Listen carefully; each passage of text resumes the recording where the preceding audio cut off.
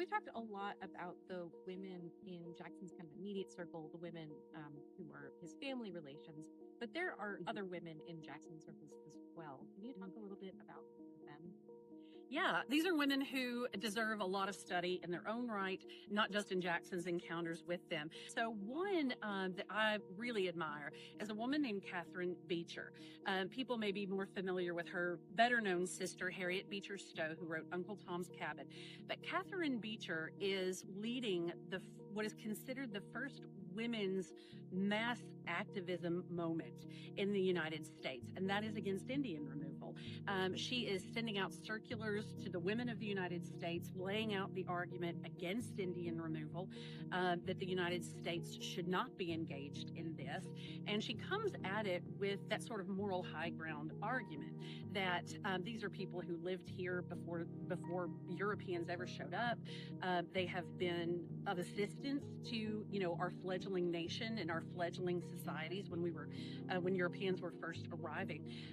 She puts it in biblical terms, right, that we should not oppress people, that we should aid the stranger amongst us, and that sort of thing. And Jackson's reaction to Catharine Beecher, while the women of the nation are very much following along with Catharine Beecher's, there's letter writing, they're writing to their lawmakers and so forth. Jackson just seems to be in complete denial of this activism. It doesn't stop Catharine Beecher, which is really wonderful, right? But Jackson sort of has no response to her. Like he's just not going to tackle it, right?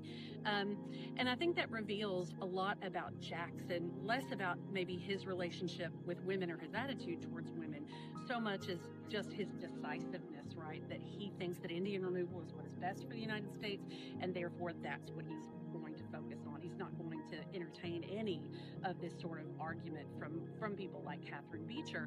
Although he's familiar with the Beecher family, he's friends with the Beecher family, their father, Lyman Beecher. So he just sort of has no response to her. And you get the feeling sometimes that, it's better to say nothing if you can't say something nice. So he's just going to say nothing. And this is sort of an attitude that carries, I think, with women that sort of fall outside of his circle group. Another example would be Margaret Bayard Smith. Margaret Bayard Smith is a writer and a journalist and a socialite in Washington, D.C. She's close friends with the Madisons, the Jeffersons. So she's been in these Washington circles, very early on in our nation's history. And she has very unsparing opinions about Jackson and about his influence over the people of the nation. For example, she is convinced that when Jackson puts out the invitation for the public to come to Washington for his inauguration, that the people are just going to show up with all of their diseases, and they're going to very strong words to say. Very strong words. Like they're going to eat all the food and bring all their diseases and just cause riot in the streets, and that's going to be Jackson's fault. Jackson has virtually no response to her. In fact, there's a brilliant interpretation of this at Montpelier. One of our sister sites, home of President James Madison. Jackson has gone there for a dinner, and so the staff created these cardboard cutouts, essentially, of everybody present at that dinner and positioned them around the dining table. And Margaret Bayard Smith is sitting between Andrew Jackson and Thomas Jefferson, and she's basically sitting with her back to Andrew Jackson. I don't know if they did that on purpose, but I think it's brilliant if they did.